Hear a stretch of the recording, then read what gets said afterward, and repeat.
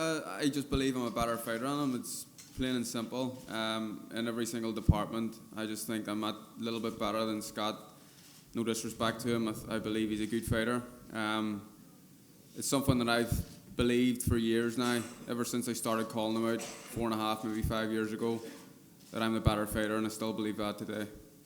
Same question to you, Scott Quigg. What do you feel will separate you, and why will you be victorious on Saturday night? Exactly the same answer. That's why you've got to fight like this. So I believe I'm better in every department. Nobody does what I do. The way I've lived from since I dropped out of school and dedicated my life to the sport. This is it, and from that point, that's why I believe I'm better in every department, and that'll show on the night. Carl, you've talked a little bit about making weight. I think in the build-up to this fight, you acknowledged that maybe things could have been done better in the build-up to the last fight that you had. Can you talk a little bit about what you've changed, if anything, in the build-up to this one, and is making weight at this level any kind of problem? Well, because of the magnitude of this fight, everything needed to be perfect.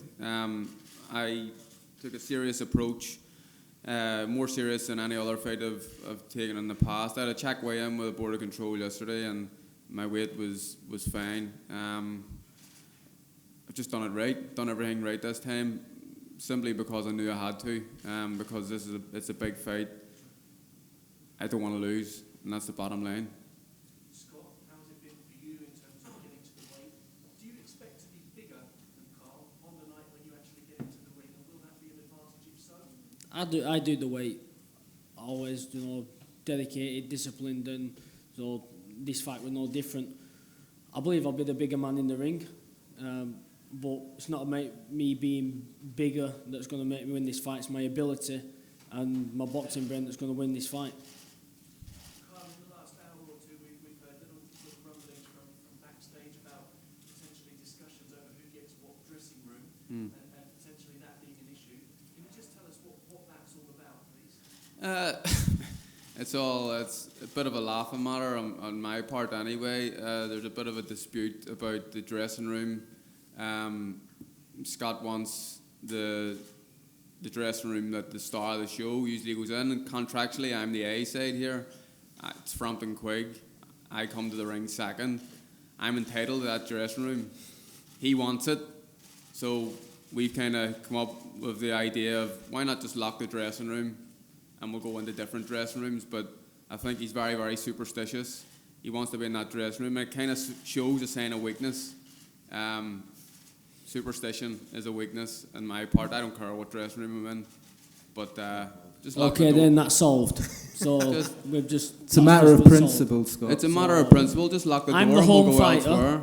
and I'm in the home dressing room. You're not the It's star not fighter. it's not a home dressing room. I'm the home dressing room. There's nothing contractual about changing rooms in a contract. No, there's not. He's the home fighter. So It's not the United home are dressing playing. room. He's the Manchester home United are fighter. playing He's got tonight. the home corner. He's the home Showing a fighter. lot of weaknesses, lads, already, I'm telling you. Right, but thank you for Listen. accepting we can have it. Yeah. No, you can't. I haven't accepted anything, Well, you've just We're said accepting you're nothing. not about to be Look, changing this rooms. is hilarious. I haven't accepted anything. Let's lock the door and we'll go elsewhere. Gentlemen, let's not descend this into too much of a slagging match. Let's speak. Scott, do you care which dressing room you're in, and is Yes. this from you? This is my arena. I'm in the home fighter, and I'm in the home dressing room. That's it. It's not the home That's fine. dressing room. It's So- it's the star of the show's dressing room, the A side. That's it. It's my This dressing is room. embarrassing. But I'm willing to lock. Listen, the it's star embarrassing for you, that mate. couldn't even sell his tickets. That's how much of a star. Yeah, I'm in tickets That's back. a load of nonsense, Oh, Eddie, yeah, and you lads. know it is. I sold my tickets. No, yeah. Do you want me to tell you something? I actually bought tickets off Scott. I bought 10 £200 tickets off you from my mates. How come you couldn't sell your own? I did sell my own. How come they're being handed back to the arena? There's undercard Oh, fighters. there you go. Scott, both sides handed tickets Spice back, boy, you know calm it, mate. down, and no one's talking to you. Coming out now. We need to bring the trainers in because the fans who are watching on Sky Sports fans want to hear from them. Joe, if we could start with you. You said in an interview this week that Shane McGuigan is only famous because of his dad. Can you elaborate on that, please? Well, it says what you just answered your own question. Can you explain that for people? Well, listen, Shane McGuigan, it's well noted. There's a piece in the Mail today. He was a nutritionist. asked could he start going in the corner with Carl Frampton and Jerry Story. Next thing you see, Jerry Story's out and Shane's in. And like you say, Shane's in the corner of Carl Frampton Saturday night. And they made loads of things. And I heard Carl say about being most popular. If Scott Quigg was to walk all over the country with Ricky Hatton beside him, he'd be very popular as well. Shane, is there any response to you from the comments from Joe that you're only famous because of your dad? I am. What else do you want to say? No, I respect Joe as a trainer. He clearly doesn't respect me, but hopefully after the fight he'll have some respect for me. You said, Shane, in the build-up that your dad has been a little bit disrespected and his achievements, Barry's achievements in the ring, have been disrespected by Joe. Can you explain that one, please? No, he said that the last time Dad was in Manchester that he was beaten, and Carl's going to, come out the same. That's his opinion. That's fine. Joe, in terms of the fight, what weaknesses do you see in Carl Frampton that Scott Quigg can exploit in your ring on Saturday? I feel they've underestimated Scott's boxing ability, his boxing brain. They're trying to make him a laughing stock, being hugely disrespectful. I noticed the last time they were in Manchester, they were very pleasant to everyone in Manchester. Got to Belfast, they got brave and started disrespecting Scott by putting pieces of paper up and that. I think the people in Manchester weren't happy about that, and they don't know what's going to hit them in that arena come Saturday night. Shane, same question to you about Scott Quigg. Do you see weaknesses in his game that Carl can exploit on Saturday?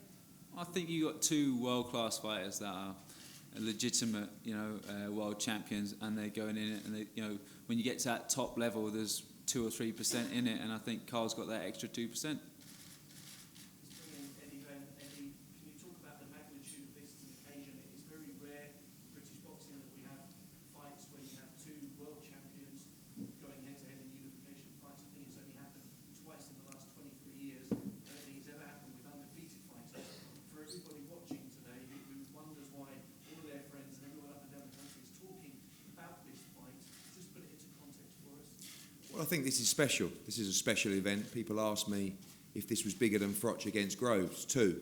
And I said, yes, it was, because on a global scale, I believe it is. I think it's with more broadcasters. Of course, we have to thank our partners in America, Showtime Sports, who are transmitting the fight live. And I think this is a special event. As I look down the table and see Scott Quigg and Carl Frampton and the two pieces of fine jewellery that sit in front of them, it makes me proud, and I think everybody on this table proud of the job we've done, despite the banter and despite the rivalry, that we managed to make this fight happen. I said before that I really feel it's fights like this that can ignite the sport, that can keep the sport alive. And if we don't make fights like this, you'll see the sport die. And on Saturday night, I think one thing that's been underplayed particularly is the atmosphere that will be generated in this arena. We've seen some great atmospheres. Carl Froch against Lucien Butte was for me one of the special nights. Ricky Hatton against Costa Tszyu in the same arena. I think this eclipses all of it.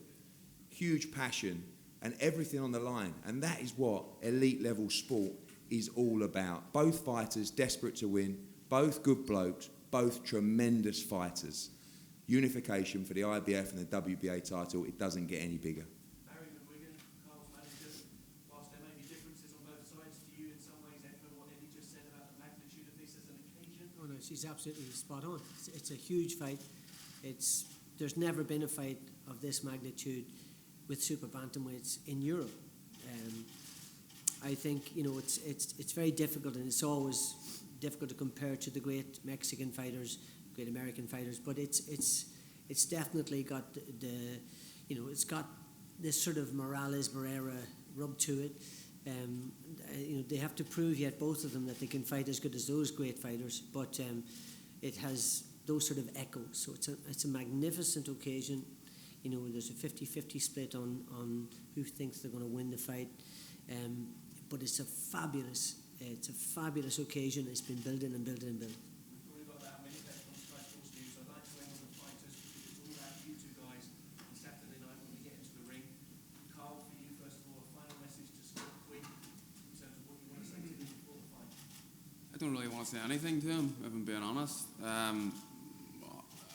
I don't know what to say. To the people watching and on Well, okay, to the people watching, tune in. It's going to be a great fight, one for the ages, one I fully believe and I'm going to win. That's it. Make sure you're watching. It's going to be good. Scott, final message from you to both Carl and to the fans watching at home. Yeah, just the same again. It's everybody tune in. It's going to be a great fight, and it's one that I'm 100% confident training is going absolutely perfect, and I'm going to prove I'm the best super bantamweight.